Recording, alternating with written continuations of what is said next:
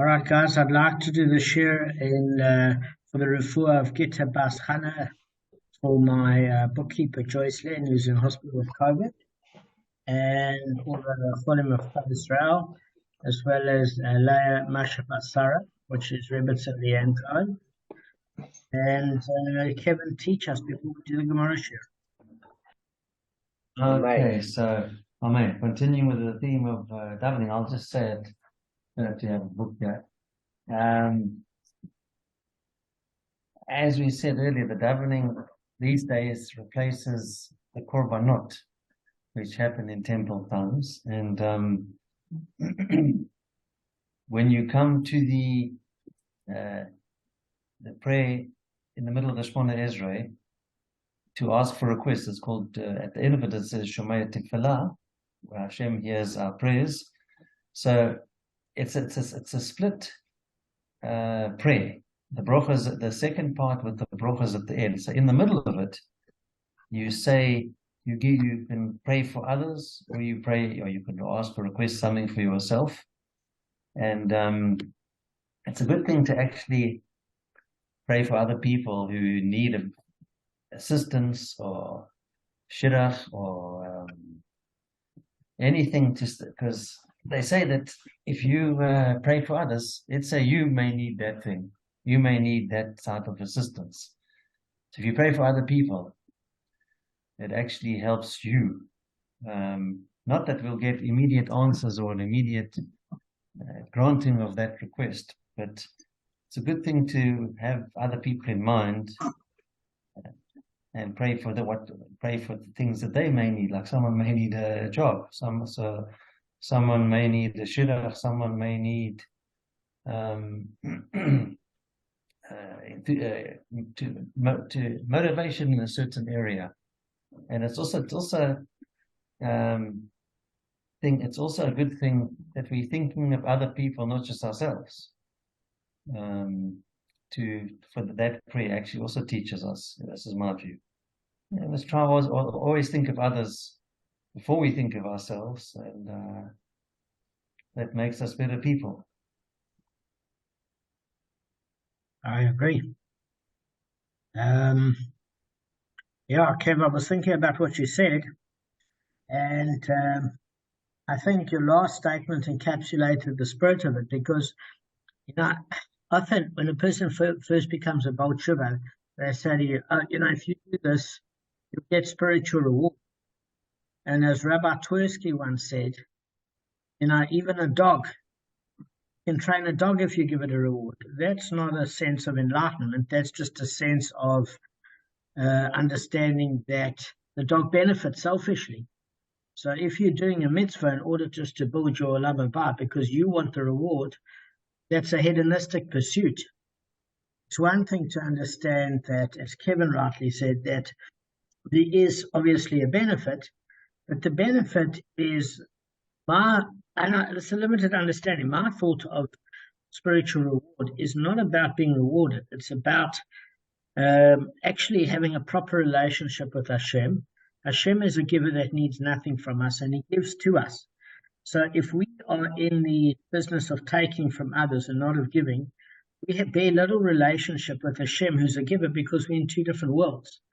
And the more you have in common with somebody, the more that the friendship develops based on principles of common values and the fact that you mimic each other. And the proof of it is that generally, if you have people that are extremely wealthy, they don't hang out with people that are on housing projects lists, because invariably the relationship is going to be strained. There's going to be a point where they're going to have to basically lose out as a result of the relationship, and the poor person is going to be frustrated with the rich person for being insensitive to their needs. It's just the friendship never develops. There's no commonality, unfortunately. But in terms of the macrocosmic understanding, is that if God's into development and giving of each other to each other, then at the end of the day, if we're just thinking about our own needs, there's not enough space for God. We live in our own world. We have to create the space for Hashem to know that we come and we go and we're here for a short period, and at the end of the day, we are markedly judged on if we leave the world an improved place. And I know that all of you guys do in your own way. I mean, Rabbi Simon Jacobson uses the term, if you look at Adam Arishon, what's he known as the gardener? He's the archetypical gardener. He was given the Garden of Eden to get rid of the weeds and to plant and grow the earth. Because at the end of the day, when you're growing the earth, you're creating food. So you're creating delicious food, nutritious food, sustainable living. But also you're beautifying the world by creating botanical gardens. So it's a mixture of beauty, art, sustainability, all the creative endeavors that are done. And if you have a look at how can it be that in a sand that things grow that can sustain us? Anybody that's ever seen things grow in sand know that there's nothing to do with it. If they don't do their shtadlut, nothing's going to grow out of that sand. But clearly nothing they've done has actually caused that thing to grow. And one of the curses where it says Adam is to work by the sweat of his brow, Rabbi Cohen explained it, or Aaron, that it means that man actually thinks that he's earning his own living. That it's something that he's doing that gets him the result. And that obscurity of thought is what creates the sweat of the brow. Because we don't really need to work that hard. We have to do our responsibility, but we've got to work a bit smarter and have time for learning and building other people. So, Kevin, what you're saying is wonderful. I'm going to start the Gemara share. Sorry, guys, I took some time. Jeez. No, Shkach was very good there. So we were at a bit of a weird conclusion because we didn't know this issue with Rav Huna, Rav Chisda, Rav Yehuda, and how it seemed to contradict the Mishnah. So just in a few sentences, a summary. If one stole a coin and it cracked, he pays the value at the time of the robbery. Why? Because if a coin physically changed its properties to where it wasn't recognizable, it then is acquired by the robber, and then the robber has to replace that currency with cash, and he gets the damaged item. Because physical change affects acquisition for the robber.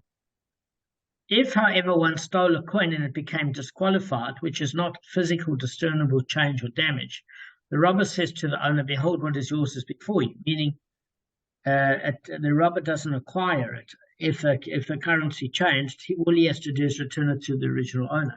So the original owner loses out. You say, well, why is that fair? Because people get caught all the time with currency that has been redundant. I mean, you just hold on to the rand and you're going to see, as it's like watching in real time to see value depreciate. It's like there's a certain guy I know that's very overweight, and you just see him eating all the time. You can actually see him grow by the second, as you see the rand deflate by the second. I'm just saying. So the Gemara explains Rav Yehuda's stance, right? Because when the Mishnah states that the robber acquired a coin that became cracked, in inverted commas, it means that the coin actually cracked. And when it's stated that the robber doesn't acquire a coin that became disqualified, it means that the monarchy disqualified it. So what's this issue with the monarchy disqualifying it? What it means is that the king or the president minted new coins and declared the old coins no longer valid as currency, neither in this province nor in any other province of the country. So accordingly, guys, the Mishnah is teaching that although the coin is no longer valid currency, it's not considered as having undergone a physical change that affects acquisition for the robber. So the robber isn't stuck with it, he can return it to the original owner. Rav Yehuda has got a different approach. He says if the monarchy disqualified it, that's also considered cracked. What does he mean? What he means quite simply is that if it's no longer valid as currency, it's considered damaged. It might not have physical discernible damage, but it's damaged. On all intents and purposes, it's a non-coin. And the robber is the one that broke the law, according to Rav Yehuda. And he's right, by the way, I feel. And the robber must pay its value at the time of the robbery. An item that becomes damaged is considered to having undergone change of sorts. It doesn't have to be physically damage. So my personal view is I can understand where Rav Yehuda is coming from. So the Gemara is asking, well, then what's this case of disqualified? Because we're seeing these two different opinions. Rav Yehuda is that's saying that a coin has to physically crack, and I'm not arguing with Rav Yehuda, and nor do I want to see him yet to 120, but he'll teach me then. And Rav Yehuda is saying that if it's disqualified by the monarchy and you can't use it in any province, it's as if it's cracked, useless. So then the Gemara says, if you've got these two opinions, what's the case of it being disqualified? What does it mean? It actually means where one province disqualified the coin, but it passes as currency in another province. Okay? So in other words, guys, we've got to be a bit particular here. The coin wasn't disqualified by royal decree, but the people of that particular province ceased accepting it as currency. So it's not that the royal decree carries greater weight than a provincial enactment. Guys, you've got to bear in mind this. People often make this mistake and say, well, it's a national-based edict compared to a provincial edict. It's not about it carrying more legal weight. It relates to an economic significance of disqualification that if it's prevented in every province and it's not accepted anywhere in the country, it's going to be a game changer. If it's still deemed to be currency in one province, you can just take it to another province. So it's a schlep, but it's not impossible. And that's where the practicality comes in. Okay? So the Gemara then obviously raises a difficulty with Rav Yehuda's explanation that said, listen, it actually has to crack for it to be deemed owned by the robber. Because Rav Chisda said to Rav Yehuda, according to you, he says that when the Mishnah states that a disqualified coin doesn't constitute a change in effect acquisition, what does it refer to, guys? It refers to where the monarchy disqualified it. And what Rav Chisda is saying to Rav Yehuda is he's saying, look, you've got the case of one who stole fruits and they're rotted, and wine and it's soured, and they're analogous to the same sort of analogy to the coin where the monarchy disqualified it because it's ruined, basically. But the Mishnah that we're dealing with states that regarding the case of spoiled food or fruit or wine, the robber acquires it because it's made a physical change, and then he has to pay that sort of value at the time of the robbery. And what Rav Chisda is saying to Rav Yehuda is that the same should apply to a coin that the monarchy disqualified because you can't use it in any province. So, I mean, it should be placed in the same category as actual cracking because the coin's redundant. So Rav Yehuda answers Rav Chisda. He said, look, the cases aren't comparable because if you're looking at what the definition is, Rav Yehuda is saying that the definition is a physical change. And in the case of the disqualified coin, it's a conceptual change. Right. So that's where we ended off yesterday. Am I making sense in a few minutes? Yeah, can I just add something? And it's also true, when it's disqualified, it's through no fault of his own either, whereby when he cracks it, it's maybe being irresponsible or careless. That's true. But I think you've got a good point. But the reason why I understand where Rav Yehuda is coming from and Rav Chisda is because the robber actually broke the law. So let's take Gavin's case in point. I basically go. I'm in another country, and I've got the other person's wallet with me, and I say, guys, I'm coming back in 2 months. I'm talking about the case where there wasn't courier services, the airplanes, and said, listen, I'm coming back in 2 months. I found your wallet in my bag, and I'll return it to you. And in the interim, that currency has crashed. Now, that wasn't me breaking the law. That was finding an object which I accidentally found. And in that case, you can see why not to penalize the robber. But as far as Rav Yehuda is concerned, why should the original owner suffer? Just because he never physically damaged the coin. If he hadn't robbed the person, the victim would have been unaffected. It would have been his responsibility if he got stuck with bad currency. Just bad muscle. But here, somebody else caused it. So I'm just giving you the other side of the coin, Gavin, as Kevin would say. Yeah, Gavin, do you enjoy that? Because Gavin is a coin. Because Gavin is a coin. That's beautiful. That's also very good. You guys are all good. No wonder Kevin's standing up. I can't beat Kevin. That was the quickest thing I've ever seen. No one can beat Kevin. Only on a good day give me. Yeah, Kevin, that was like John Wayne in the West. Yeah. That was quick. Yeah. Very quick. Sharp. You must. You want to flip for it? Arthur, what did you say? Arthur. You want to flip for it? Ah, Yes, also good. it depends, yeah. You want half a head or half a tail? What do you want? So, it depends what you're eating. I'd rather have the whole worm. Not half a worm, half a tail. So, all right, guys. So now what we're saying is that there's a difficulty with Rav Yehuda's explanation, because Rav Yehuda is basically saying, look, at the end of the day, if it's a conceptual change and it's still worthless, like a physical crack coin, the robber should acquire it and replace it to the original owner. So from a moral point of view, we agree, but there's a difficulty with Rav Yehuda's explanation. Why? Because it seems to go against our Mishnah, guys. And our Mishnah talks about actually a physical change affecting acquisition for the robber, not a conceptual change. And Rabbah said to Rav Yehuda, according to you, who says that if the monarchy disqualified it and it's not accepted in any province, it's considered cracked, useless. Why? If you look at the case of the Gemara, in the Mishnah, it talks about one who stole teruma and it became tamei, impure, which is analogous to the case of a coin that the monarchy disqualified, meaning is that it's a conceptual change. Nothing's changed in terms of the condition of the coin. And our Mishnah says to the owner, listen, what is yours is before you, take it back as it is, and the same should apply to a coin that the monarchy disqualified. They're saying, look, it disagrees with our Mishnah because the Mishnah holds that any sort of abstract or conceptual change, providing the actual item hasn't deteriorated, it is returned to the original owner because it doesn't affect acquisition for the robber. So it says to Rav Yehuda, how are you going to answer our Mishnah? Because you can't argue with the Mishnah. So Rav Yehuda answers to Rabbah, the two cases aren't comparable because in the case of teruma that becomes tamei, impure, the damage is not discernible. But in a case of the disqualified coin, the damage is discernible. So what do we mean? What he means is this, is that the defining characteristic of the case of rotten fruits and sour wine is that the change is discernible.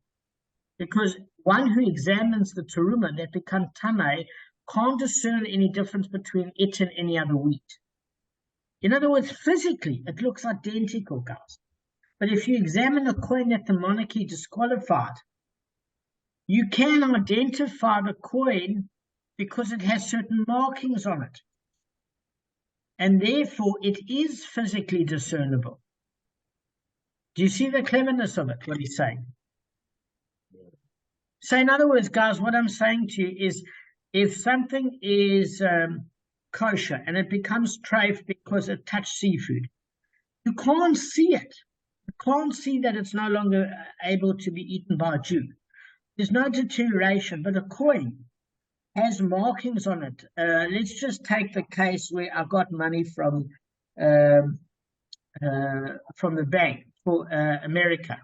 I had an old $100 bill, and I got a new $100 bill. Now, the other one's going out of circulation, but it's still in currency at the moment. But they look like two completely different notes. I see the cats. Okay, I see it. So, Kevin, this cat is going straight to Olam Haba. Are you saying, so Damon, the coins, as long as the marking's on there, it's got the actual. Yeah. Like, so what Rav Yehuda? Then it's still legal. It's still okay to be used. Yeah, no. That's not what I'm saying at all. Rav Yehuda is saying to Rabbah, he's saying as follows, Kevin. He's saying as follows, like, say I've got a kosher steak, and I left it by some shrimps and prawns and lobster. Now, you can't eat it, right? But physically, it looks like the same as when it was in the moishi's packet. It's the same. So physically, it can't be discerned.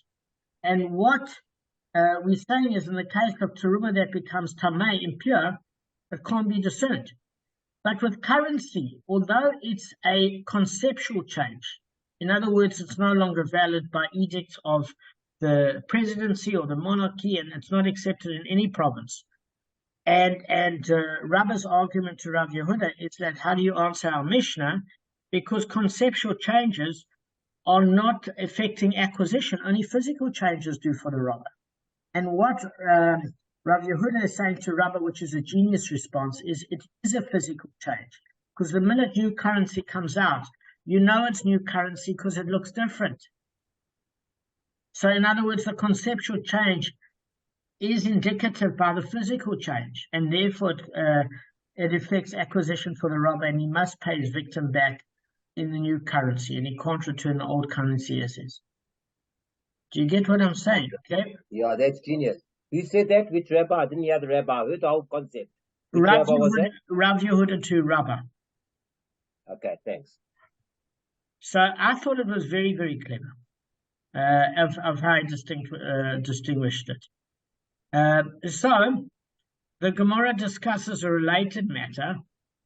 So, I mean, can you imagine being able to have the brains to answer that Mishnah and hold your opinion? These guys are geniuses. So the Gemara, there's a related matter where if one lends his fellow and fixes payment on a coin, and then the coin becomes disqualified, Rav says the borrower must give him his payment with the coin that passes at currency at that time when the repayment's done. But Shmuel says the borrower may repay with the coin used at the time of the loan and say to the lender, go and pass it as currency in Mashad. And that's what Kevin was talking about yesterday. So, Kevin, this is the issue that we're talking about. We don't shun the matter, as you would rightly say. We address it. So what we are saying is as follows, is that there's two different types of repayments. The one is when you lend, when somebody lends you money to buy goods. In other words, he lent merchandise to his fellow Jew at a fixed price, and what happened is he was to be paid at a later date. So, for example, you lend wheat worth 1,000 rand to his fellow, and stipulated that the borrower must pay him with 1,000 rand at a later date. Now, you don't have to be a genius to figure out when you get paid that 1,000 rand at a later date, it's dropped in value compared to the dollar. But the truth of it is you borrowed 1,000 rands worth, and therefore you're going to get paid 1,000 rands worth.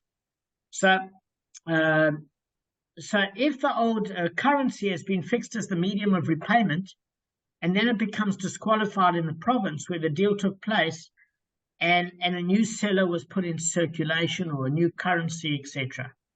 In other words, so according to the opinion of Rav, is that the borrower must give him the payment back with currency that passes currently. Okay? But Shmuel said whatever was used at the time of the loan, that can be given back to the lender. And you can say to the lender, go and pass it as currency in Mashan. So, okay, so why are we using this example? Mashan is a distance province of, how do I say it? It was like kind of on the border, right? And the old coins are still accepted as currency there. So, okay, the borrower accepted upon himself to repay the loan in currency. But since the old coin can still pass as currency in other places, such as Mashan, for example, they considered currency in that province as well, and they can be used as payment. So all you're saying is here, it hasn't been discontinued, it's just more of a schlep factor. So according to Rashi, he said that basically the dispute between Rav and Shmuel pertains only to a case mentioned in the Gemara. So you lend your fellow merchandise and you fix the payment on a certain amount of money, on a coin. But this argument doesn't extend to lending money. Because if you're not having merchandise in the picture and it's a pure loan, the borrower is obligated to repay only what he's received. In other words, if you received 10 old coins, at the time they weren't old, he can pay it back with 10 old coins, even though they're no longer classified as currency. Okay, now according in the case of an actual loan, Rav and Shmuel would agree that the borrower must repay with the old currency. That's according to Rashi's explanation. Tosfot says that Rashi doesn't mean to distinguish between lending money and lending merchandise. There's no distinction there, but rather between the lender stipulating that he must be repaid with money, and where he was kind of vague about the stipulation where you lend merchandise and you want to be repaid in cash, rather than the equivalent amount of merchandise. So what happens in that case is you must specifically, guys, when you lend somebody money for merchandise, or make sure that they get the merchandise, you must state what method of payment you want, the sort of repayment, the sort of currency, have to be as specific as possible so that the borrower can pay with actual currency. So when you do the loan agreement, you should actually say that you want the payment back in the latest currency of what this is worth. Otherwise, you're going to become unstuck. So when you lend money, the method and amount of repayment has a general assumption, and it's not like a stipulation. There's certain general given terms. So then, in that case, the manner of repayment, when it's not stipulated, all the borrower has to do is pay what he received, and that could be 10 of the old currency. Now, not everybody agrees, because there was an interesting case in the Magen Mishnah who said that he doesn't agree with Rashi's basic premise. Why? Because that all cash loans have to be paid with valid currency, even when the manner of payment wasn't addressed at all. Because what's going to happen then is that nobody's going to lend money to the poor. Do you agree, guys? Nobody's going to take that risk. So I agree that they might have made the provisional change as far as that's concerned. So we've made two different distinctions. Something about the first distinction we made is what you call national or provincial edicts in terms of how currency is discontinued. If it's just a schlep factor, it's a different case of if it's been completely discontinued. Okay. The Gemara qualifies Shmuel's ruling. Rav Nachman says, it seems reasonable that Shmuel's ruling that the borrower can repay with old coins because it still passes as currency in Mishan. And that only refers, according to Rav Nachman, when the lender actually is going to go to Mishan in any event. But if the lender's got no need to go to that province, Shmuel's ruling doesn't apply. And then Rav's ruling applies, where you must be paid in current that is accepted at the latest juncture. So the Gemara is challenging Rav Nachman, and Rava challenges Rav Nachman from the following brisa. One may not deconsecrate Maisa Sheni on coins that do not pass as currency. Okay? So what we're saying here is that let me just set some boundaries about this Maisa Sheni thing, and then you guys are going to get an idea. So obviously Maisa Sheni is the second time, and it's separated in the first, second, fourth, and fifth years of the Shemitah cycle. And what happens is, if the Maisa Sheni is redeemed with coins, then you can deconsecrate it, but then you've got to take those coins and buy the equivalent with food in Jerusalem and redeem it there, and you can have food that's purchased there. So in other words, you don't have to schlep oxen and all sorts of animals from Babylon to Jerusalem. Does that make sense, guys? It's just less schlep. You can just actually sell it, get coins, and then take those coins to Jerusalem and buy what you need to buy. So it says that if coins don't pass as currency, you can't deconsecrate it. So what do you mean? Is that you can't, the coins have to be able to be passed as currency in Jerusalem. Why? Because in Devarim, Deuteronomy chapter 14, verse 25, it says that only coins with a figure, basically that is like an image of a bear, they're special minted coins that pass as currency. They're suitable for deconsecrating Maisa Sheni. Why? because that currency that's acceptable in Jerusalem. If it's invalid, then you can't deconsecrate, because what coins are you going to use to buy the equivalent goods in Jerusalem? So that's the proof against the fact, against what would seem against Rav Nachman. Because Rav Nachman is basically saying, well, we go with Rav, and you have to pay in the latest currency, unless you're going out of the way to that province anyway, and then you can go like Shmuel. But if it's inconvenient, you've got to go with Rav. And it's saying here that you can't deconsecrate Ma'aser Sheni on coins that don't pass as currency in that country. And it's the same thing if you had Kosovat or Jerusalemite coins. So what does that mean? Is that there was a case, you remember guys with Shimon Bar Kokhba? He was known as Ben Koziva.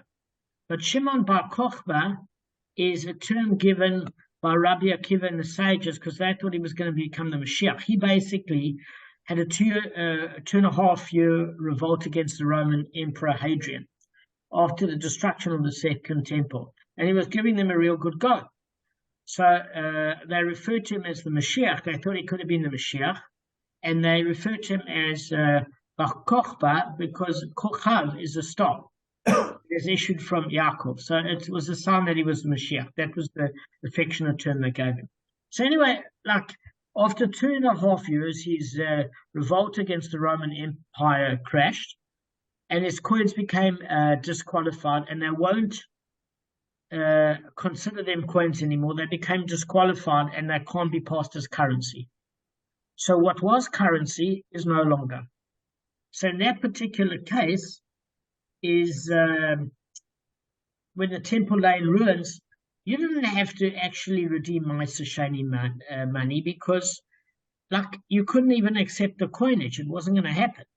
So basically you'd either let it rot, or you'd give a couple of prutos worth, because you just couldn't exchange the currency after the revolt failed. Or it's the same if you've got earlier kings that no longer pass as currency, because all new rulers want to basically leave a legacy, and they want to destroy the legacy of the previous king because of ego. So you can't deconsecrate Ma'aser Sheni upon them either. But the coins of the latest kings that are ruling, they pass as currency in other provinces, and they're similar to earlier kings in that even if they don't pass as currency in their present location, we can deconsecrate Ma'aser Sheni upon them. Why? Because as long as you can redeem them in Jerusalem, because you have to buy goods in Jerusalem in order to take it to the temple, that particular case, there's no issue. So as long as it's deemed currency in Jerusalem, it doesn't matter if it's not currency in Babylonia. Okay? And there were quite a few Rishonim that say, why was this a challenge to Rav Nachman on Shmuel's position? It's also a challenge to Rav. Why?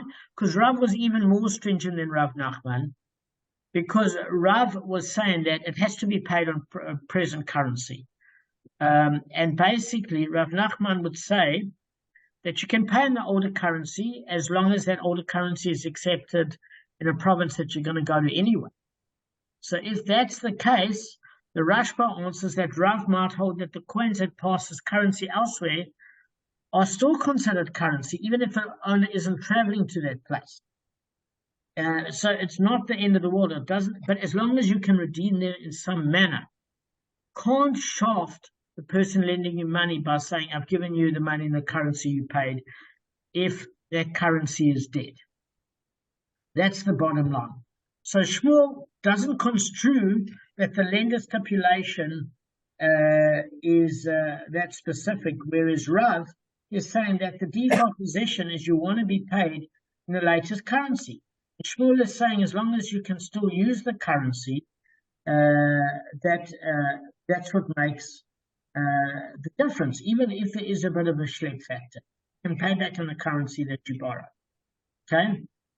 So we're going to deal with what Rav Nachman replies in more detail, but all I want to tell you is the bottom line is he says to Rava that you're dealing with a different thing in the Brisa. Dealing with monarchies are not particular about one another and allowing people in the countries to hold foreign currencies. In other words, in certain times when countries were at war, they were very specific not to sully their own currency. But when countries were getting on with each other and there were decent economies and there was a lot of trade, there were certain times where you could exchange currencies because it added to the commercial value.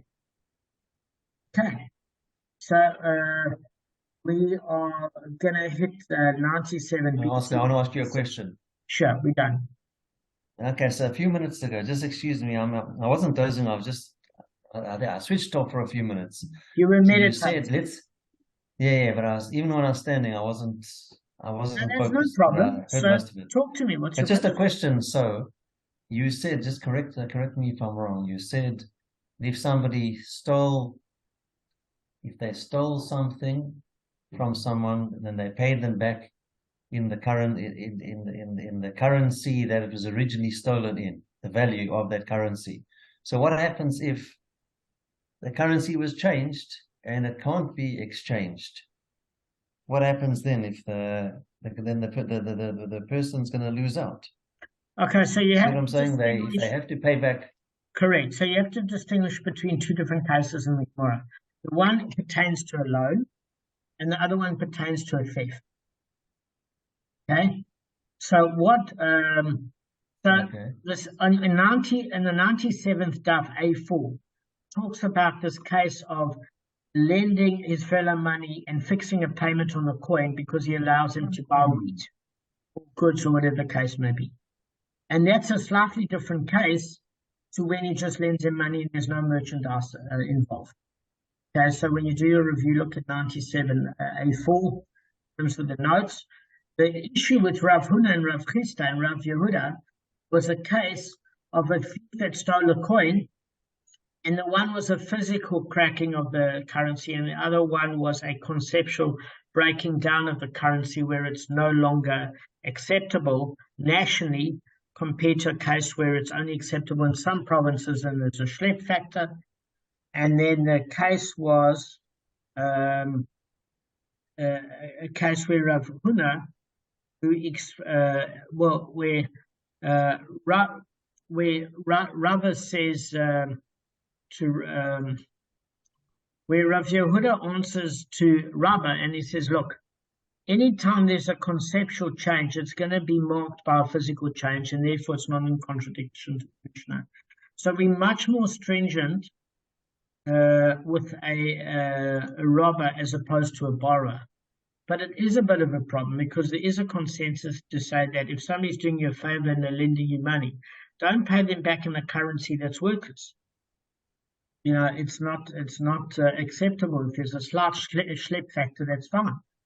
But it's not acceptable on a loan basis. There might be a certain acceptability with the Mishnah if there's no physical damage. According to Rav Huna.